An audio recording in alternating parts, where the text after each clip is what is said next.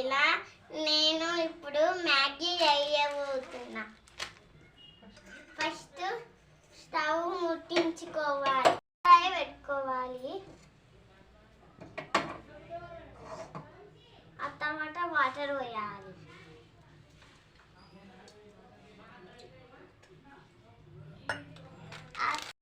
ఇప్పుడు నీళ్ళు వేడైనాయి friends, Maggi వేసేసుకోవాలి.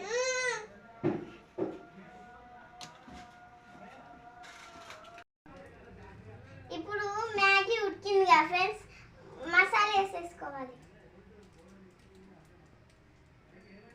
5 నిమిషాలు మ్యాగీ రెడీ అయిపోయింది ఫ్రెండ్స్. మ్యాగీ రెడీ అయిపోయింది. తీసుకొని గిన్నెలు వేసుకోవాలి.